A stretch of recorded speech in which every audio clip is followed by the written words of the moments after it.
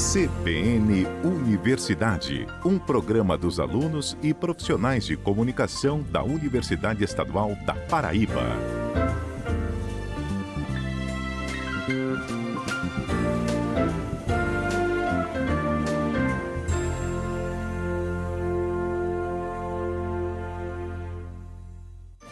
Olá pessoal, muito bom dia! Está começando o CBN Universidade deste sábado, dia 15 de fevereiro de 2020. É o final de semana que antecede o início da festa carnavalesca e por aqui em Campina Grande ainda tem previsão de bloco de rua durante o pré-carnaval da cidade. Na próxima quarta-feira tem o bloco da Cinquentinha da UEPB, que deve levar muito frevo para os foliões no centro da cidade. Mas essa é uma informação para daqui a pouco, porque nós vamos trazer todos os detalhes sobre a festa de carnaval da Universidade Estadual da Paraíba. No programa ainda vamos falar sobre as oportunidades de monitoria para os estudantes da UEPB. É que tem edital lançado para preenchimento de vagas agora para o período 2019.1, que começa na próxima segunda-feira, dia 17 de fevereiro. E o Luciano Nascimento também está por aqui na coluna Direito e Cidadania. Na coluna de hoje falamos sobre Paulo Guedes e a autoverdade. E tem dicas para você aproveitar os últimos dias de férias acadêmicas com programação sem sair de casa. E a gente traz também as informações sobre as matrículas para os cursos de artes no Campus 7 da UEPB. E tem a coluna Português Sem Segredos com o professor Edson Tavares. No quadro de hoje, vamos ver as pequenas diferenças na escrita de palavras parônimas. Estão abertas as inscrições para a Corrida Internacional da cidade de Remígio e a gente explica direitinho os detalhes da prova. E ainda trazemos dicas de alimentação. No Saúde A de hoje, o tema é como fazer uma substituição do leite animal no seu dia a dia. Fica com a gente que o CBN Universidade está apenas começando.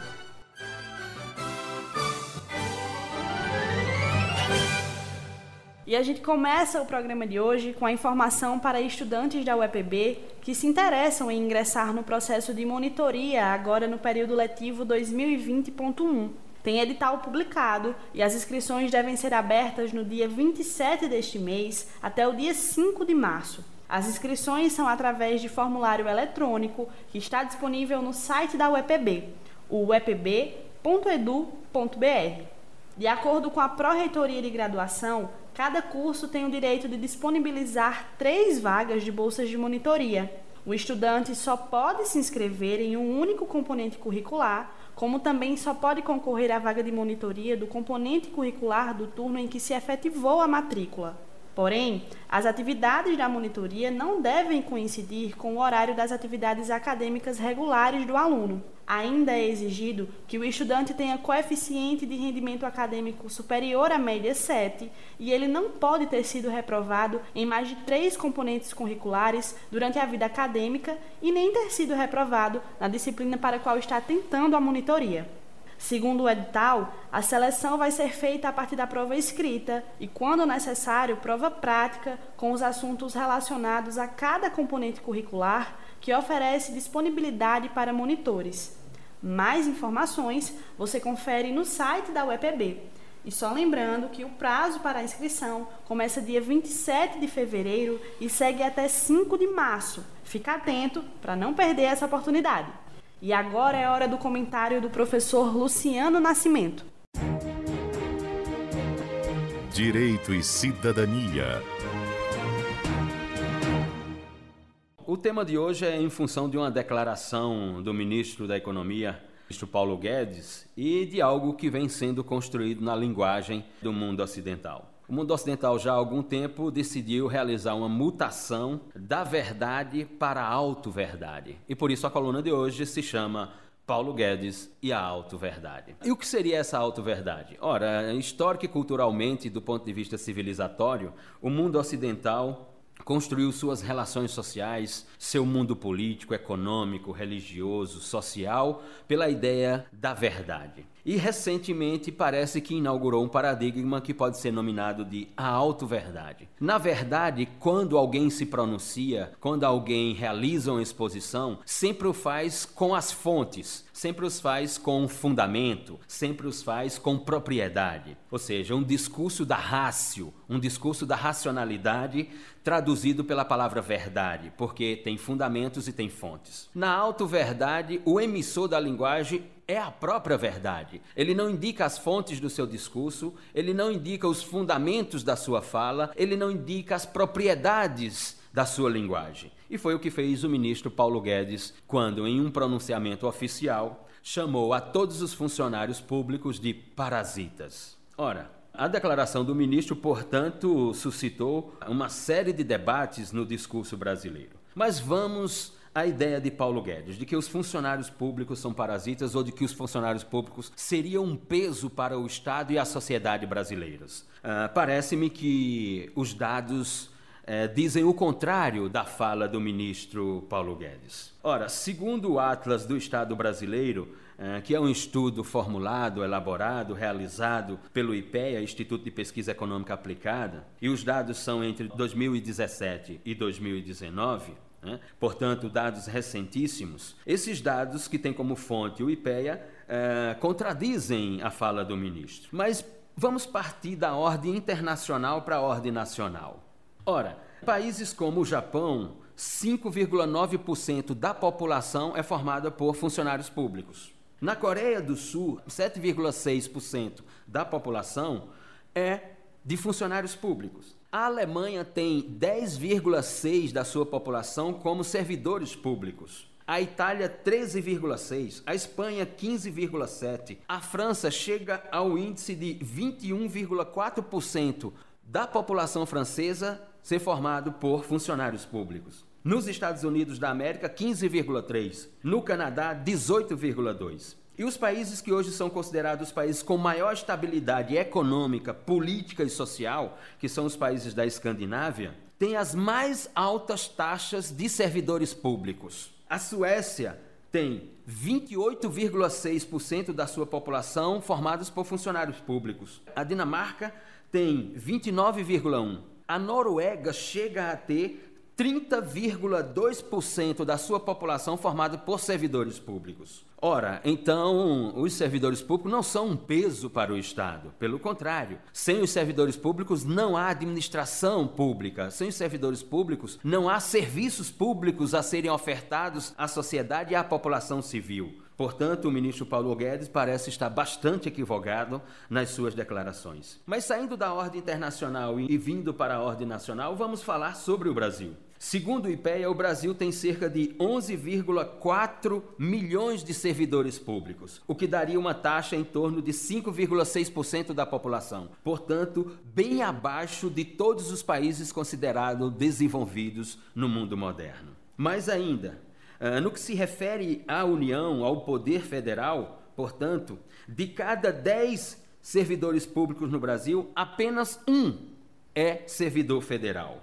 Os municípios aglomeram 40% dos servidores públicos no Brasil. E a maior parte desses servidores públicos dos municípios, a maior parte está concentrada nos campos da saúde e da educação. Mas vamos a dados específicos do Atlas do Estado brasileiro, construído pelo IPEA, e os dados agora são especificamente do ano de 2019. O governo federal tem, portanto, 1.200.000 funcionários públicos. Os estados têm aproximadamente 3,7 milhões de funcionários públicos. E os municípios aglomeram 6,4 milhões de servidores públicos. Essa é a divisão dos servidores públicos no Estado brasileiro, envolvendo municípios, estados e União. Portanto, podemos perceber, em comparação a países desenvolvidos como Estados Unidos, Canadá, França, Itália, Espanha e os países escandinavos, de que o Estado brasileiro, em termos de servidores públicos, ainda é pequeno. Ou seja, não há esse peso que o ministro da Economia diz que os funcionários públicos ocasionam ao Estado brasileiro. E, portanto, nominar os servidores públicos de parasitas me parece um equívoco inacreditável. O ministro da Economia, por exemplo, portanto, e para concluirmos a coluna de hoje, poderia fazer um estudo sobre o presidente da República, por exemplo. Entre 1991 e 2018, o presidente da República, então deputado federal, ficou nesse cargo por 27 anos, apresentou 170 propostas de projetos de lei e foram aprovadas apenas 2 dessas 170 propostas. Tem um relatório da Câmara Federal, que pode ser acessado pelo site da Câmara Federal, em Brasília, pela rede mundial de computadores, um relatório que afirma que das 170 propostas de projetos de lei apresentadas pelo então deputado federal Jair Bolsonaro, 168 eram insignificantes ou irrelevantes do ponto de vista da produção legislativa e que apenas dois projetos tinham relevância para o Estado e a sociedade brasileiras. Nesses 27 anos de legislatura, o então deputado Jair Bolsonaro aprovou apenas esses 2 projetos de lei. Um projeto relacionado à ideia de isenção do IPI, dos produtos industrializados, especificamente no campo da informática. Esse foi o projeto mais relevante do então deputado federal Jair Bolsonaro, que tinha como plataforma política segurança pública. Em 27 anos, não teve um único sequer projeto sobre segurança pública aprovado por Sua Excelência, então deputado federal Jair Bolsonaro. Mais do que isso, e para concluirmos, portanto, sobre a ideia de parasitas. O então deputado federal Jair Bolsonaro foi aposentado aos 33 anos na condição de capitão do Exército Brasileiro e recebe do Estado brasileiro R$10 mil de aposentadoria e passou a receber a partir dos 33 anos de idade. Como deputado federal, recebe uma aposentadoria de R$27 mil mensais. E quando sair da presidência da República, terá uma outra aposentadoria de R$28 mil mensais, o que ocasionará num soldo completo de R$65 mil mês que Sua Excelência, o presidente da República, terá só de aposentadorias do Estado brasileiro. Parece-me que os parasitas não são os funcionários públicos, como quis dizer o ministro da Economia. Muito obrigada, professor Luciano, e até o próximo sábado. E só mais uma informação bem rapidinha antes de a gente ir para o intervalo comercial.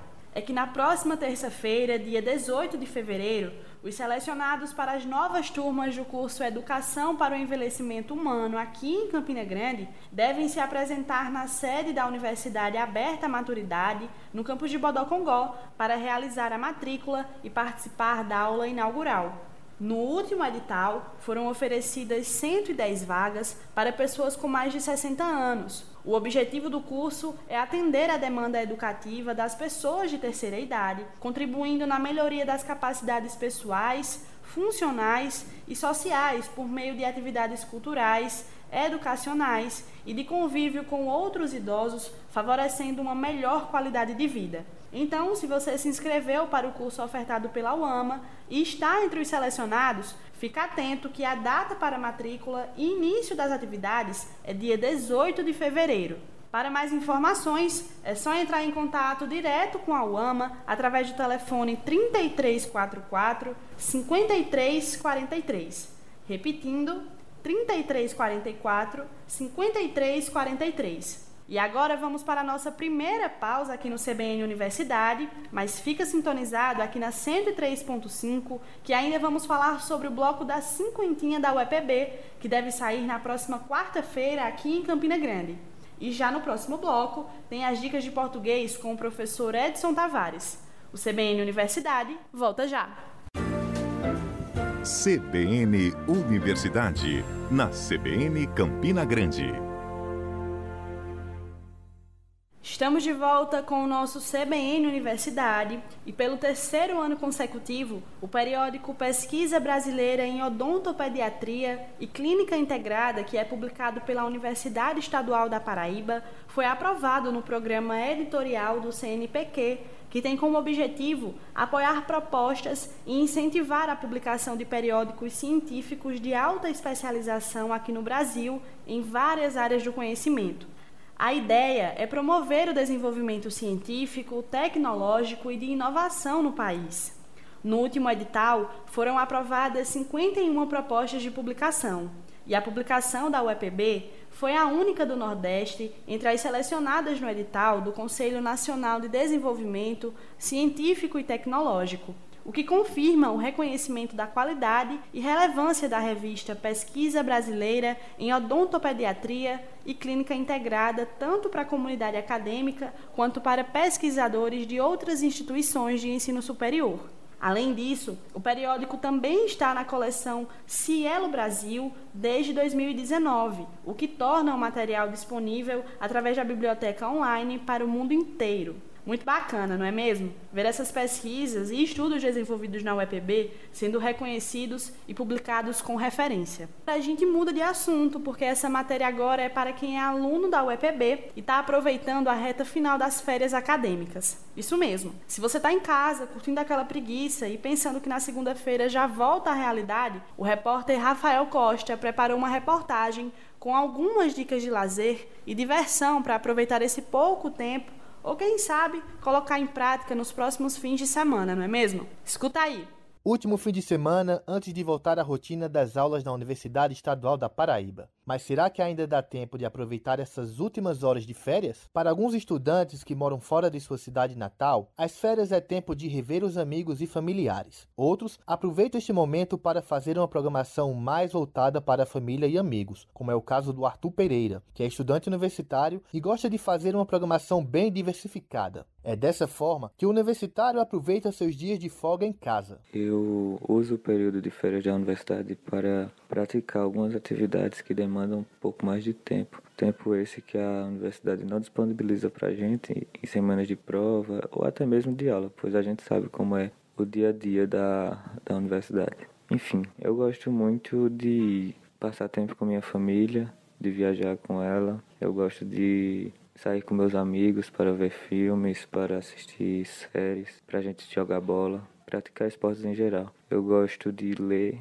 gosto de jogar videogame com os meus amigos também, meu irmão. A gente faz diversos campeonatos. Enfim, a gente tenta ao máximo aproveitar e descansar e se desligar das preocupações acadêmicas que a gente sabe que logo volta. E a gente tem que estar preparado para mais um ano letivo. Já a Estela, que tem apenas 11 anos e ainda está dando seus primeiros passos em sua carreira estudantil, sabe muito bem o que fazer com o tempo em que não está no colégio. Para ela, férias é sinônimo de diversão e lazer, mas também é tempo de colocar as leituras em dia. Nas minhas férias, eu costumo brincar de boneca, brincar de cozinha, brincar com minhas colegas no campo. Gosto muito de fazer novos amigos, porque companhia é sempre bem-vinda. Nesse período, eu também gosto de ler livros, porque são muitas coisas interessantes. Gosto de ficar com minha família e aproveitar ao máximo o tempo de lazer. Assim como o Arthur e a Estela, as férias são um período em que a grande maioria dos estudantes curtem o descanso, mas faltando tão pouco tempo para retornar às atividades, o importante mesmo é aproveitar esse momento da melhor forma possível, pois quando começar a temporada de estudos, precisamos estar preparados para uma nova etapa em nossas vidas. Então se liga só, que tal pegar o restinho desse sábado e marcar para encontrar os amigos? Pode ser em casa mesmo. Colocar a conversa em dia, explorar um jogo de tabuleiro, como por exemplo o tradicional banco imobiliário ou até mesmo imagem em ação, que vai garantir a diversão de toda a galera. Existem também jogos bem educativos, que você pode desafiar seus amigos para saber se eles estão por dentro dos assuntos da atualidade e de conhecimento geral. Ou, que tal fazer um quiz de perguntas e respostas para exercitar a mente e a agilidade? E para quem gosta de comida e não resiste a uma pizza, assim como eu, que tal colocar a mão na massa e ir para a cozinha caprichar no recheio? Bom, para os mais práticos, é só pedir pelo aplicativo, rachar a conta e simplesmente desfrutar da companhia de familiares e amigos. Ainda dentro de casa, é possível maratonar aquela série que está anotada na sua lista, mas que ainda não parou para assistir. Pois é, até amanhã você consegue assistir mais de uma temporada. E para quem é cinéfilo e adora um bom filme, um programa ideal é fazer a pipoca e se deliciar com a combinação perfeita. A sessão de cinema em casa também pode ter a presença dos amigos da faculdade, mas lembre-se, é preciso evitar assuntos de estudos, senão a parte do relaxar antes das aulas não vai rolar de maneira nenhuma. E essas foram as dicas simples para a gente aproveitar a reta final das férias. E na segunda-feira, já sabe, tamo junto na UEPB. Rafael Costa para o CBN Universidade. Muito obrigada, Rafa. E agora é hora do quadro Português Sem Segredos. E como o professor já disse no início do programa, hoje ele fala sobre a diferença de palavras que a grafia são bem parecidas. Vamos ouvir. Português Sem Segredos, com Edson Tavares.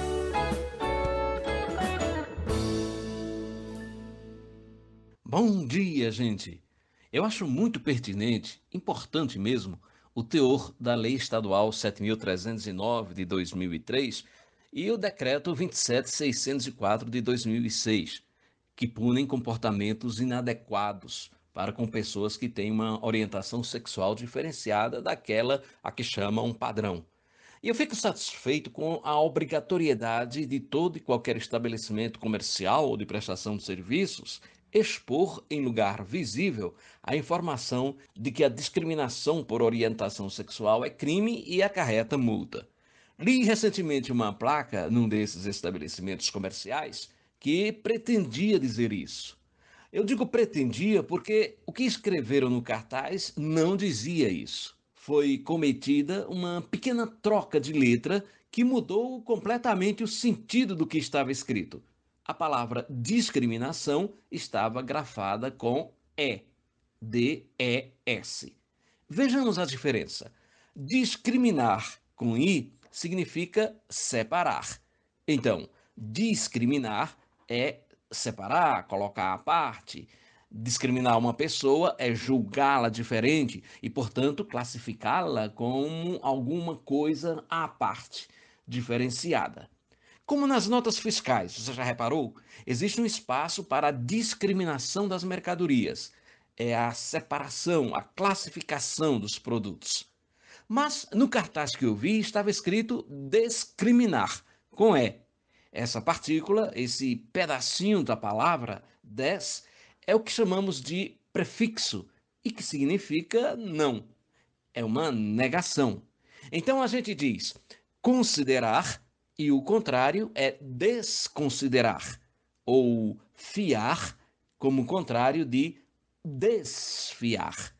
Em discriminação, a palavra criminação significa o ato ou efeito de criminar, ou seja, de acusar alguém de um crime.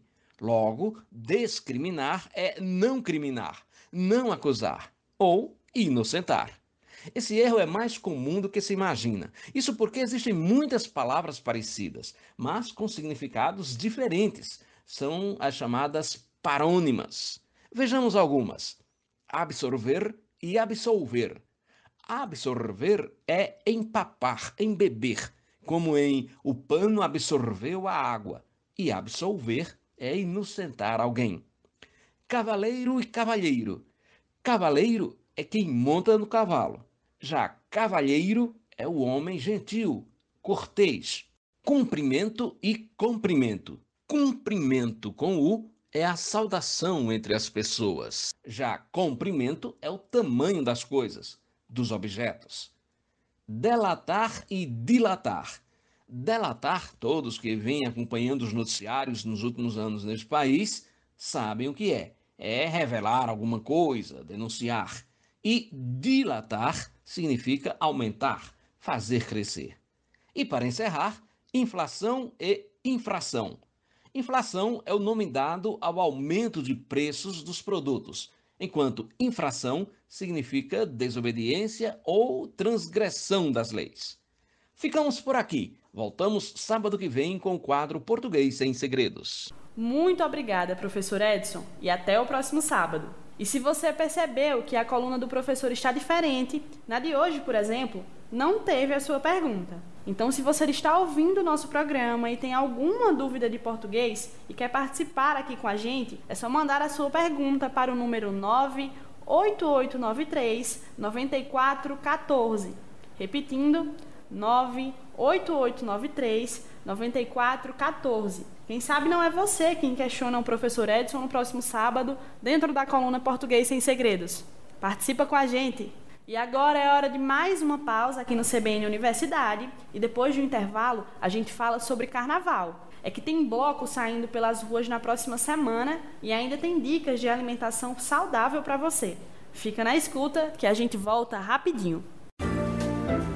CBN Universidade, na CBN Campina Grande. CBN Universidade de volta, e o nosso assunto agora é carnaval, pois a folia de rua aqui em Campina Grande vem desde o início do mês atraindo vários foliões. E olha só, na próxima quarta-feira, dia 19 de fevereiro, ainda tem nas ruas centrais de Campina Grande o bloco Cinquentinha, que é realizado pela UEPB.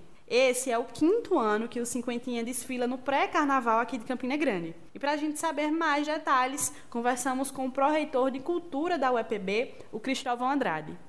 Professor, conta para o pessoal que está em casa como que vem o bloco da Cinquentinha esse ano. Esse ano, com muita justiça, o Cinquentinha traz um tema muito importante para a sociedade brasileira, que é liberdade e liberdade. Acredito que são palavras bastante ecoadas pelos brasileiros na atual conjuntura e também pelos foliões. Carnaval é sinônimo de folia e a liberdade também se insere nesse contexto. Outra questão da chegada do Cinquentinha é a homenagem ao nosso grande Zé Neto. Inclusive o tema liberdade, liberdade reflete aquilo que Zé Neto lutou toda a vida. Além de ser do bairro da Liberdade nato, ele era organizador, articulador da escola de samba Unidos da Liberdade. Então, esse tema ele tem muitas ramificações, e dentre elas, essa grande homenagem e ao contexto político que esse nosso Brasil enfrenta. Tá certo? Professor, a partir das 3 horas da tarde que começa o bloco, mas conta para o pessoal que está em casa qual é o percurso, quais são as bandas, quem vai animar essa galera. Esse ano a gente vai atuar de forma diferenciada. A gente concentra a partir das 15 horas com diversas atrações. Teremos nossa Filarmônica Jovens da Borborema, inclusive é uma filarmônica estruturada na universidade. O grupo Samba Show, que sempre está nessas atrações. Temos a participação do grupo Eureka, que é um grupo brilhante de Campina Grande, né? E também estamos convidando as outras atrações para animar as crianças que estarão na concentração. Filhos de técnicos administrativos, filhos de professores, a comunidade toda convidada, as crianças dos diversos segmentos da sociedade poderão participar. Inclusive, teremos a presença de Bumba Meu Boi, teremos alaúças, teremos outras atrações infantis que, com certeza, quem for à Rua Getúlio Vargas na próxima quarta-feira vai ver um bloco articulado pela Procute e com os diversos setores que fazem o Carnaval de Campina, né? Que a gente entende essa prévia de blocos, ela não pode apagar os dias de Carnaval da nossa cidade. Carnaval é folia, então as escolas de samba, os Bumba Meu Bois, essas outras atrações que Campina Grande historicamente sempre teve, nós temos que deixar claro aos gestores de Campina Grande, também a todos aqueles que organizam as troças, blocos, que Campina Grande precisa fortalecer o carnaval tradição. Essa era a imagem de Zé Neto, era o sonho de Zé Neto, era garantir que a cidade parasse nos dias de carnaval para brincar o carnaval. E é isso que nós vamos trabalhar juntos, às troças, aos bois, às escolas de sambas, aos índios e às outras atrações que Campina Grande possui. Uma coisa importante que o senhor falou, lembrar o pessoal de casa que Campina Grande tem carnaval, né? Porque a Campina Grande é conhecida como a cidade do Carnaval da Paz, com toda a consciência cristã, é a nova consciência, mas é importante lembrar que Campina Grande também tem carnaval, tanto prévias de carnaval quanto os blocos e folia de rua nos 5 dias de carnaval, né?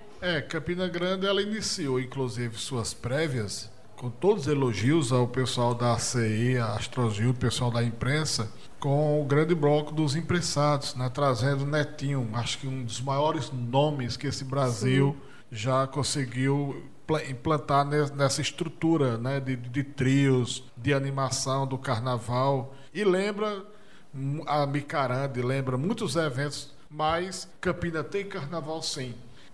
Eu estou acompanhando os encontros de bois de Campina Grande, olha, é a coisa mais organizada. Eu tiro o chapéu para a STTP, a Polícia Militar pelo apoio, os organizadores e organizadoras que estão fazendo esses encontros de Bumba Meu Boi da cidade. O ano passado, eles começaram no fevereiro, no carnaval, e concluíram no final de maio. Esse ano, com certeza, o próximo evento ou vai ser Santa Rosa, ou vai ser Pedregal, ou vai ser Jeremias, ou vai ser Zé Pinheiro, ou vai ser Catolé, já fez o seu, Estação Velha deve fazer. Entendam, Campina tem carnaval sim. E é por isso que a gente tem que fortalecer o carnaval tradição dessa cidade. Não pode apagar. Nos dias de carnaval, mesmo quem vai para as atividades da consciência cristã ou da nova consciência, mas se você observar as pessoas, o povo, os populares, as organizações de troças, de escolas, elas desfilam, elas fazem as festas, as associações fazem os bailes, existe todo um ritual do porquê do carnaval.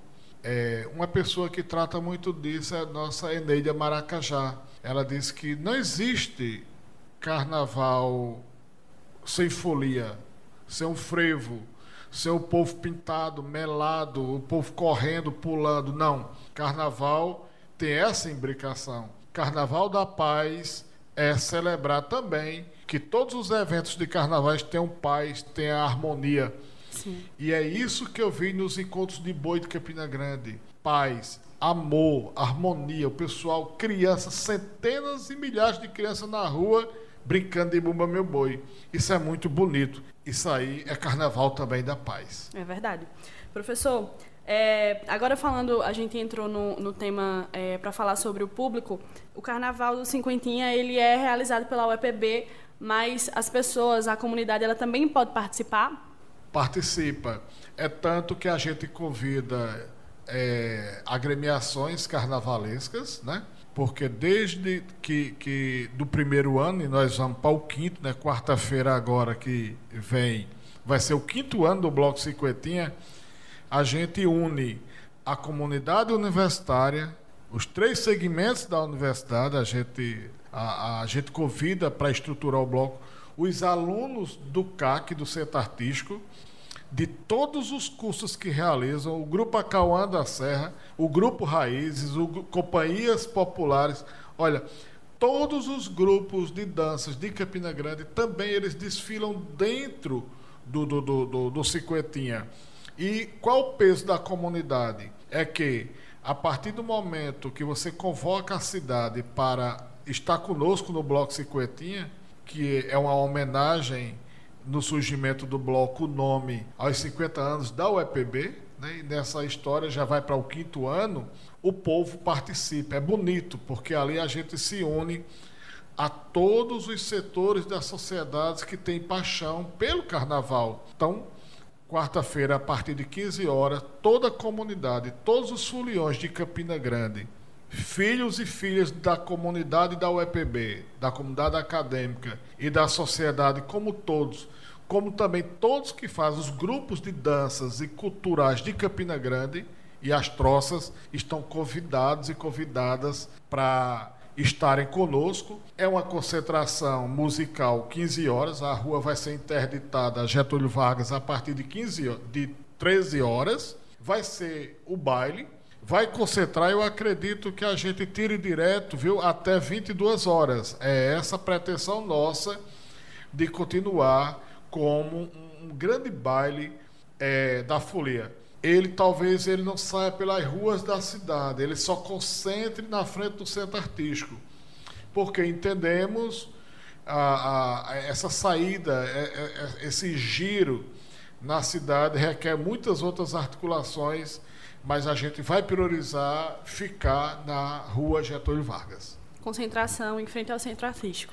Concentração em frente ao Centro Artístico, né? A partir das 15 horas, com montagem, estrutura de palco, show das bandas, das atrações que virão e a apresentação dos grupos que vêm das comunidades. Nós já convidamos o Bumba Meu Boi Racionais, que sempre participou conosco. Nós estamos convidando o Unidos do 40, o Boi Maravilha, né, de Santa Rosa, que sempre faz uma homenagem a Anderson Maravilha, que foi o criador daquele bloco. E iremos convidar os feras, o Boi Fera do Jeremias e outras agremiações que possam abrilhantar esse nosso evento. Então é isso aí, eu ia pedir para o senhor fazer o convite, mas o convite já está feito, pessoal, dia 19 de fevereiro, Bloco Cinquentinha, a partir das 3 horas da tarde aqui em Campina Grande. Muito obrigada, professor Cristóvão. Muito obrigado, todo mundo se organize, estruture suas fantasias, né? E com certeza iremos fazer um grande carnaval. Liberdade, liberdade. Zé Neto continua vivo pra gente e o Brasil precisa de liberdade. Olha só, mais uma informação bem rapidinha para vocês. É que o Núcleo de Arte e Cultura do Campus 7 da UEPB, na cidade de Patos, abre na próxima segunda-feira, dia 17 de fevereiro, o período de matrícula para os cursos de artes. Foram oferecidas 190 vagas para os cursos de violão em vários módulos, canto e de musicalização infantil, que é voltado para as crianças de 7 a 12 anos de idade. Os cursos oferecidos têm a carga horária de 40 horas aula e não é exigida nenhuma aptidão musical ao candidato. Para aqueles que não possuem instrumento musical, a UEPB garante o material para uso durante as aulas. É tudo de graça para a comunidade.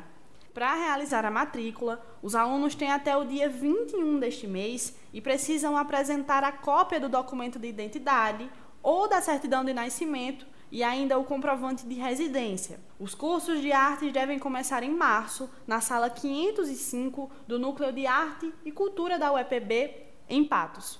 Para mais informações, é só ligar para o número 99942-2381. Repetindo, 99942-2381.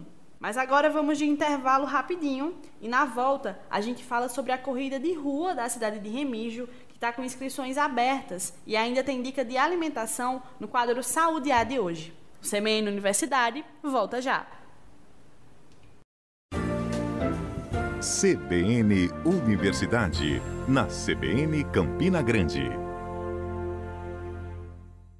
Estamos de volta com o CBN Universidade deste sábado, dia 15 de fevereiro de 2020. Pessoal, esse programa vocês já sabem, né? É produzido por estudantes de jornalismo da UEPB e de educomunicação pela UFCG, que fazem estágio na Coordenadoria de Comunicação da Universidade Estadual da Paraíba. E a gente já volta com uma informação sobre a corrida de rua da cidade de Remígio, que está com inscrições abertas e conta com o apoio da Universidade Estadual da Paraíba, através da Coordenadoria de Esporte e Lazer e também da Codecom UEPB. Esse ano, a prova vai ser realizada no dia 5 de abril, com largada marcada para as 7 horas da manhã. Essa é a 21ª edição da Corrida Internacional de Remígio e a expectativa da organização é de muitos inscritos. E já para os corredores, o quesito percurso é o que gera mais curiosidade. E a nossa produção conversou com os secretários de esportes do município, o Ricardo Silva, e ele falou sobre o percurso e sobre as inscrições para a corrida.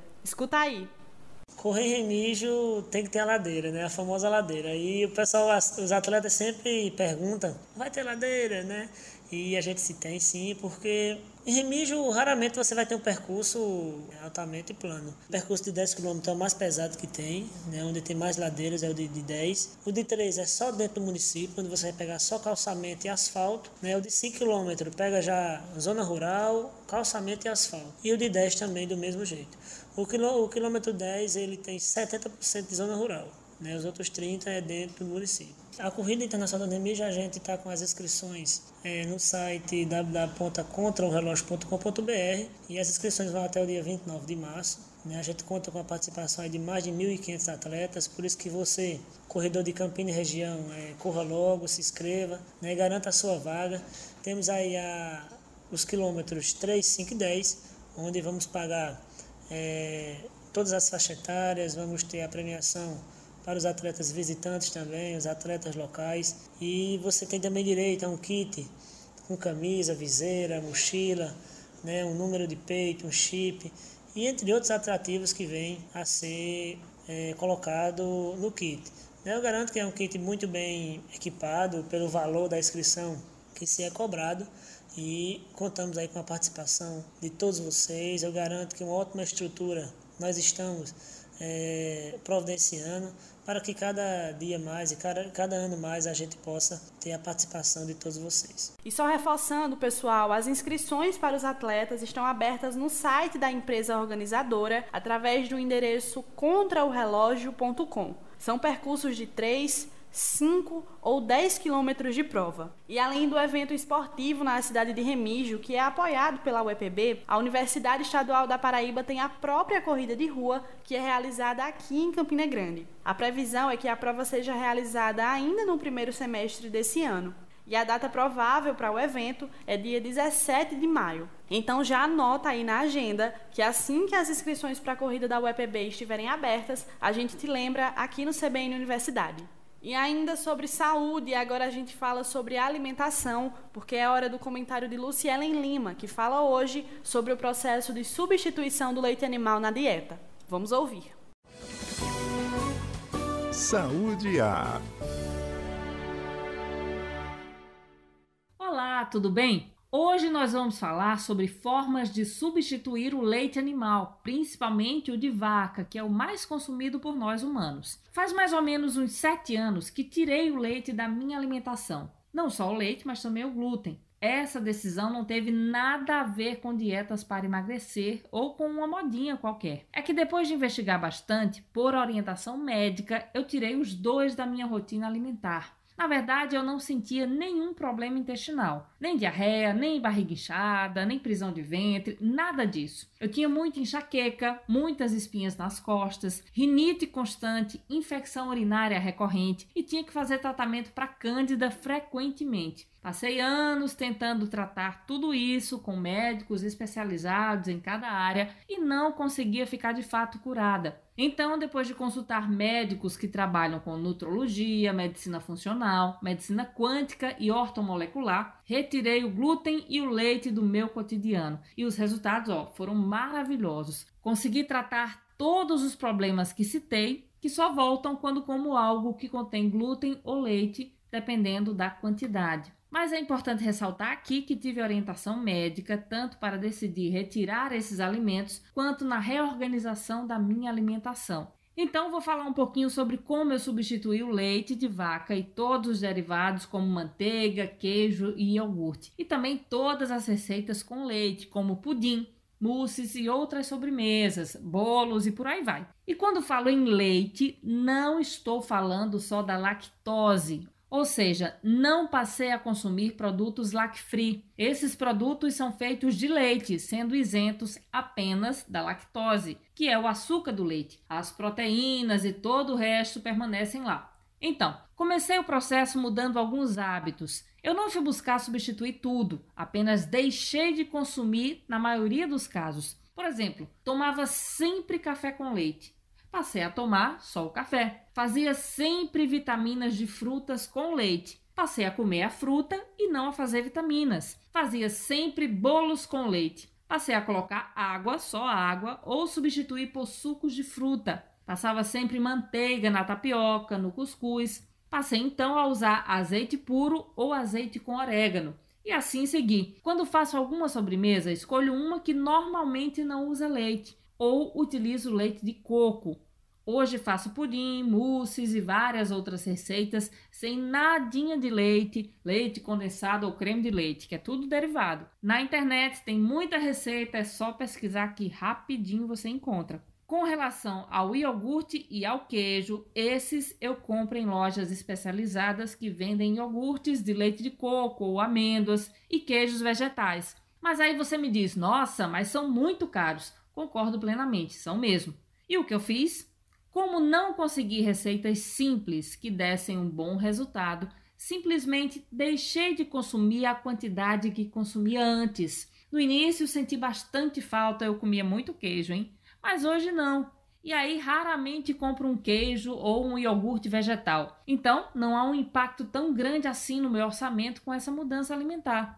Com relação ao leite líquido, já que mudei muitos hábitos, o consumo de alguma bebida para substituir é pequeno. Então, ou eu compro um leite de amêndoas, castanha, leite de arroz, ou eu faço em casa, que é o mais aconselhável, inclusive, pois você evita consumir industrializados. Para fazer leite de oleaginosas ou de arroz, eu lavo bem, deixo de molho por 8 horas e bato no liquidificador por bastante tempo uma proporção de 1 medida de oleaginosas ou arroz para 2 de água morna.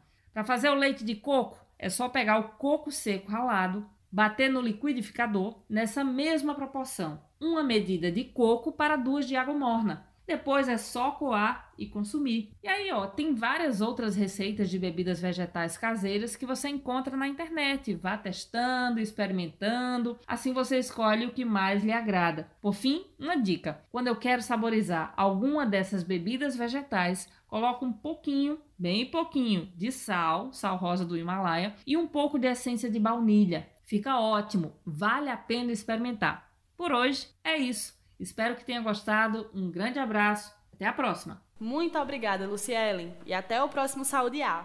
E o CBN Universidade deste sábado chega ao fim. Esse programa que é fruto de uma parceria entre a Universidade Estadual da Paraíba e a Rádio CBN Campina Grande. Hoje, o CBN Universidade teve a apresentação minha, Luana Albéria, e a produção é dos estudantes de jornalismo da UEPB e de educomunicação pela UFCG. A supervisão e edição é da Coordenadoria de Comunicação da UEPB, com edição e finalização de Apolo Ricarte e Jorgito. A direção é de Hipólito Lucena. E se você perdeu algum programa, acessa lá o canal Rede UEPB no YouTube, que tem todas as edições do CBN Universidade e você pode ouvir quando e na hora que quiser. Agora você continua com a programação da CBN Campina Grande, que ainda tem muita informação para você. O CBN Universidade volta sábado que vem. Até a próxima!